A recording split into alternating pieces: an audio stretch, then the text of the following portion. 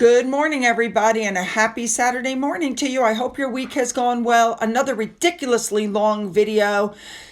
Oh, there's just so much information I don't even know where to start. So let's just jump in and cover it all, shall we? Let's go.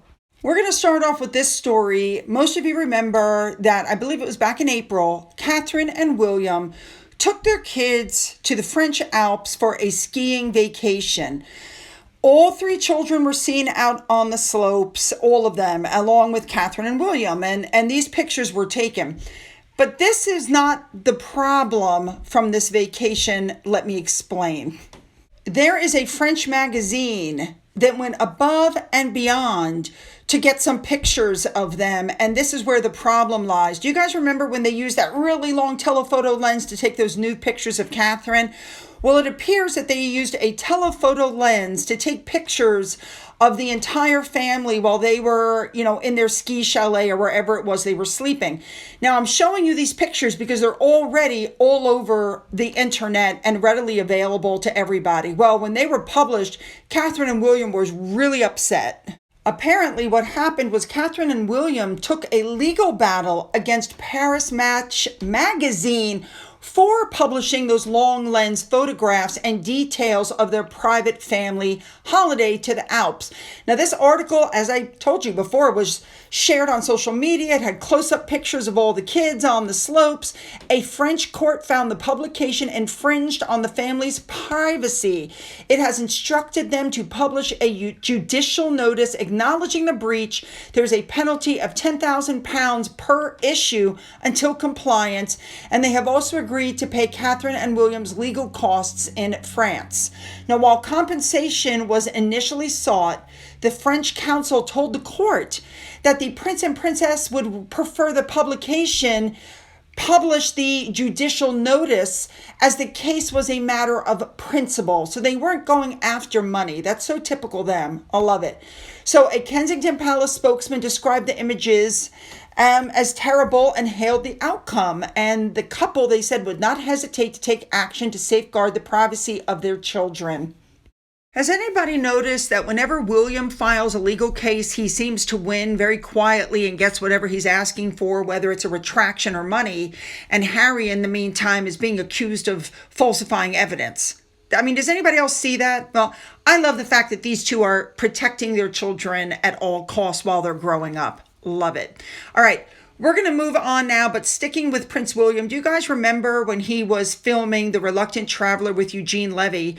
And Eugene Levy talked about how he had to flee his home on January 7th because there was, wildfires and his whole house burned to the ground. Well, William talked about how when he was 10, he had traumatic memories of the devastation from the fire from Windsor Castle back in November of 1992. He goes, I see on television my father and my grandparents, they're trying to take everything out of the castle. It was horrible. Of course, William expressed deep empathy for everyone affected by the California blazes. He said, over here, we were watching. The winds just looked, terrifyingly fast.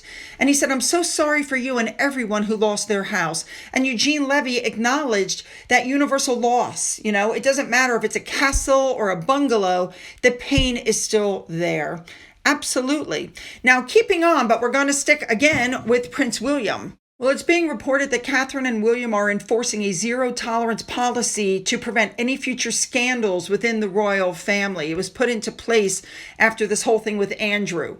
So it should prevent future scandals that could damage things. So here's the point. If Harry and Meghan continue to attack the family, now we know the same thing that happened to Andrew can happen to them. Let's hope they shut up.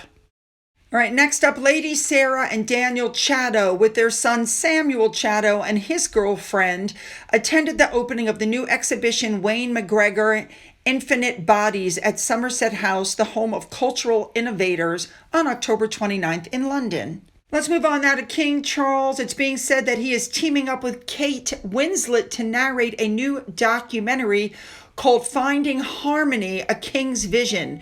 This will be released by Amazon Prime in early 2026 and will focus on what the king has achieved with the King's Foundation over the last 35 years. And still sticking with the king, he sent a message to the people of Jamaica and all those across the Caribbean that were affected by Hurricane Melissa. Next up, on October 29th, the Princess Royal visited a series of community groups and organizations recognizing their outstanding contributions to the local community. The first stop was Edward Green and Company, which is a heritage shoemaker renowned for its craftsmanship and long-standing support for veterans' employment and skills. After that, Princess Anne went to visit the staff, volunteers, and members at Bridge Substance Misuse Program. It's their 20th anniversary this year, and this place helps people rebuild their lives and is a key partner with WNC's Armed Forces Covenant Network. Princess Royal then went to the Good Loaf Bakery, which is having its 10th anniversary this year. They provide training and employment opportunities for women facing barriers to work, including veterans and family members of those who serve. And last but not least, Princess Anne went to Conversations with Cadets. This is a career-focused initiative designed to connect local employers with members of the cadet forces by showcasing the valuable skills that cadets develop. This event also serves as a recruitment fair, providing employers with a chance to meet the next generation of young, talented people and learn about the transferable skills developed through cadet training. Let's move on now to Secret Weapon Sophie. She and her fabulous husband went to a visit on October 27th, Purdy at the Royal Berkshire. It's a shooting school, and so they went to reopen the shooting grounds after a 9-month refurbishment and extension. I have to tell you, I love what she's wearing. I do think it's very edgy. Very nice. A big thank you to Remoulade Sauce for showing us what she was wearing. Let's continue on. Let's move on to Andrew. We all know that he's going to go live in a home on the Sandringham estate that's being funded by King Charles. However, they are saying he is not going to move until after Christmas to avoid any awkward encounters. Because, the whole family gets together at Sandringham for Christmas. So I guess they don't want to see him there either. Now, he could be moving into York Cottage. We don't know. He could be moving into the Gardens house, which sleeps up to 8 people. There's the Folly, Park House, Wood Farm. There's lots of options, and they're not going to tell us which one he's moving into. Now, with Andrew moving to Sandringham, the community is not happy. There's some concerns. There's some backlash. Local residents are basically saying that they're happy that the king did what he did, but they don't want him there. They don't want him anywhere in their neighborhood. And for those going, well, we thought he'd offered Frogmore, that offer was rescinded because the king didn't want him anywhere near William and Catherine. I think it's appropriate we don't know which one he's going to live in. Who cares? Leave the man alone at this point.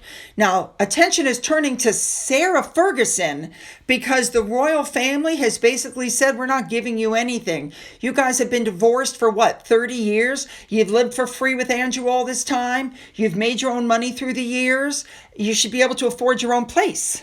She's not a direct member of the royal family at this point anymore. The only connection she has are her daughters. And quite frankly, I don't see why she doesn't go to the daughters and say, if she doesn't have money, and say, I need some help. Each of her daughters is worth like $5 million on their own, not including their husbands. And when she divorced Andrew, the Queen gave her a big slice of money to go buy a house for herself. If she spent it all and blew through it, whose fault is that? Not the royal family's. And I don't believe they've given her the option of even living with Andrew at this point. I think, the king said, sorry, Andrew, she's got to go. But it's also being suggested that if she wanted to live with Andrew, she could, which tells me that now that things aren't so good, she's, jumping ship. Now, you should know that on top of everything else, Sarah has been axed as a panelist from the British version of The View, even though they once described her as, quote, the savior of the daytime schedule. Apparently, ITV show Loose Women has said, you know what? No. And she's been booted, even though supposedly the bosses adored her. And we also know that this axing comes after she was dropped by a slew of her charities, and her career as a children's author is apparently also under threat. So this is what was said, and I'm quoting, "Fergie won't be appearing on ITV again. There is nothing in the pipeline for her. There once was such high hopes for her. She appeared on This Morning as a guest presenter and contributor, as well as Loose Women. Fergie did a lot with ITV for a time and was always part of the gang. She was very much part of the plans at ITV, but no more." One of her Loose Women panelists even said, and I'm quoting, "The deadly cocktail of her naivety and fondness for the high life has always made her something of a loose cannon. And this shameless groveling to a deeply nasty man isn't a forgivable human frailty. It shows craven greed and rampant self-preservation that, worst of all, betrays Epstein's many victims." Now back to Andrew. For those of you who don't know, 91% of Britons have a negative opinion of him. It's higher than the 87% in August. That's the most they've ever recorded.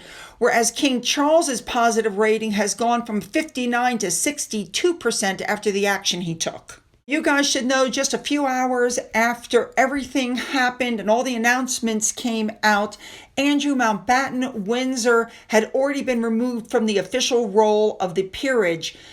Unbelievable. Now, this is the public record of peers and peerages of England, Scotland, Ireland, Great Britain, and the UK.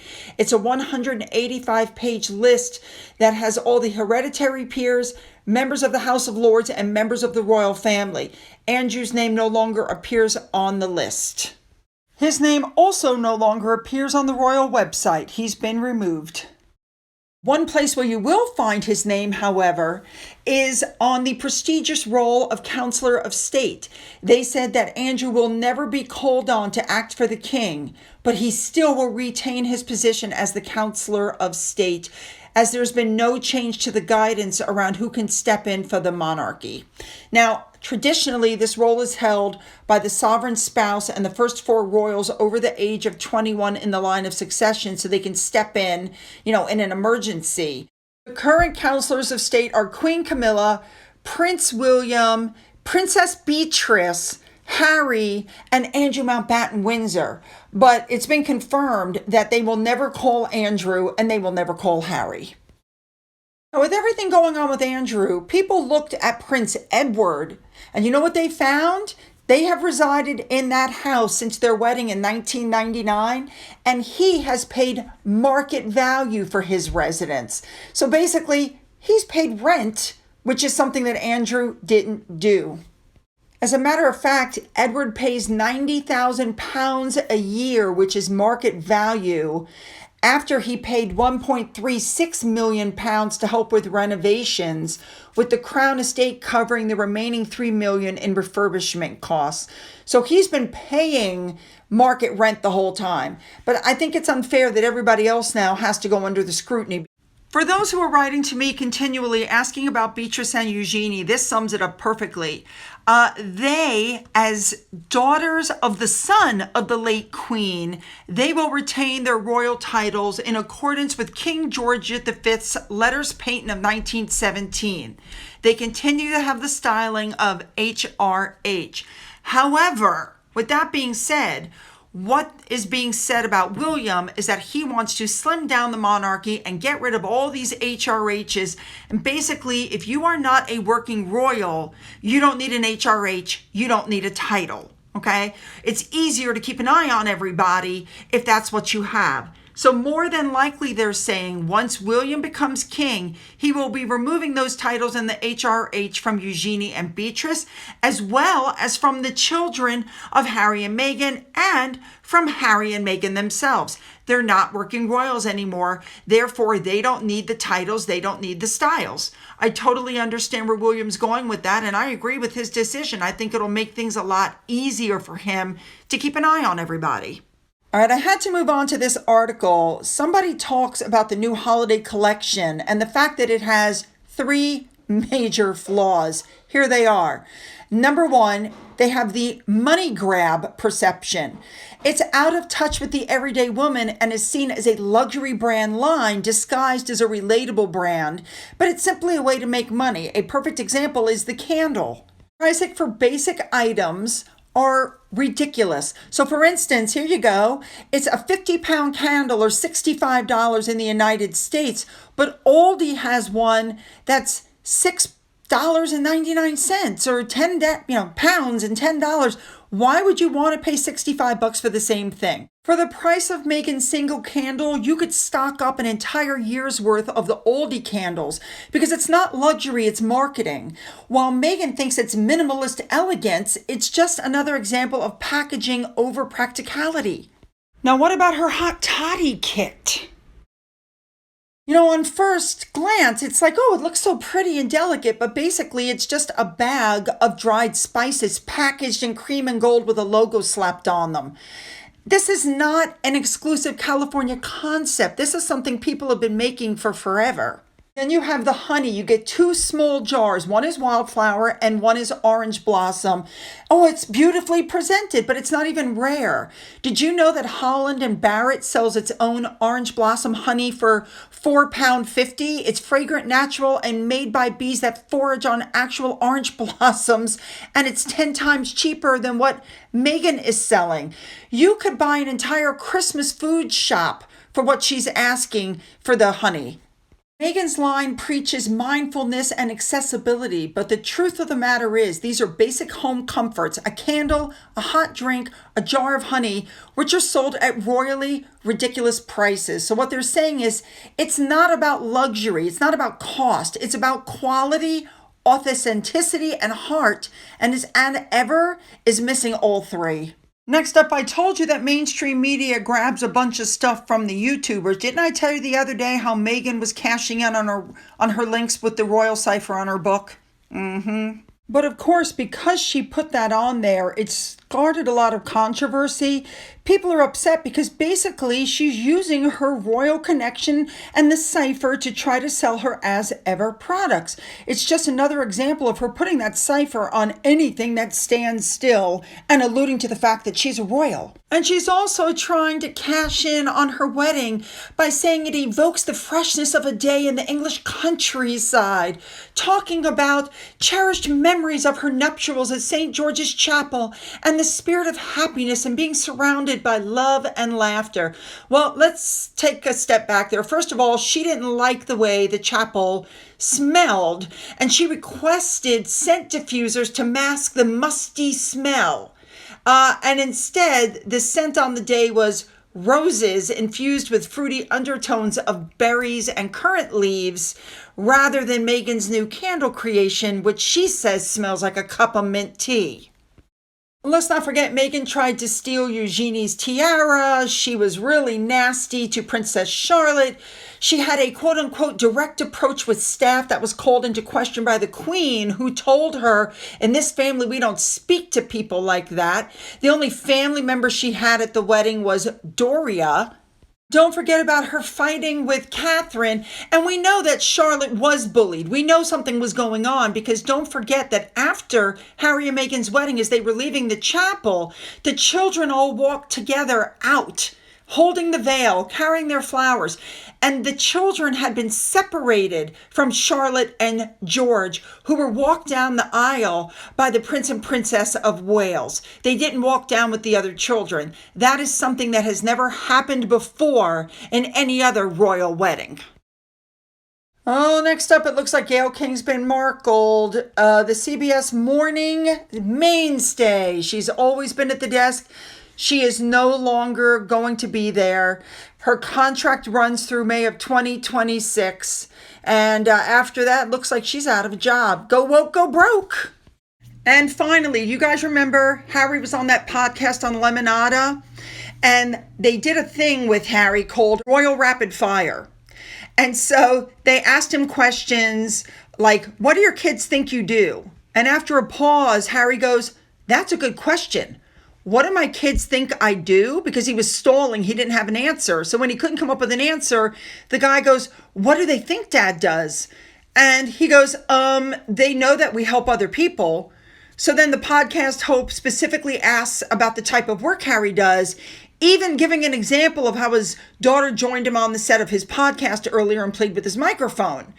And when he realized he wasn't getting anywhere, he asked Harry, what his kids do when daddy's on a call. And Harry goes, all they're interested in is saying hi to the people on the call. They're fascinated to see other people. They love seeing familiar faces. And then finally, the guy got so frustrated, he moved on from the topic because it was clear Harry didn't have an answer for what his kids think he does for a job. By the way, they also discussed children on the internet, and Harry said flat out that he doesn't want his children on the internet, which is kind of a weird answer to give, considering the fact that his wife is constantly putting up pictures of their kids on the internet. Now, finally, I want to do a big thank you to that one on Twitter. She's so good with this stuff. She took this picture, and this is what she made out of it.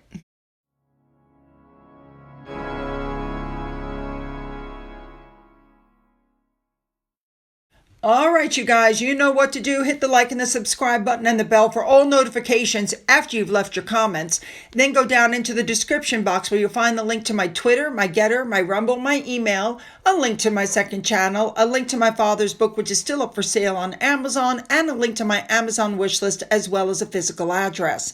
For those of you who have donated to my coffee fund, thank you so much.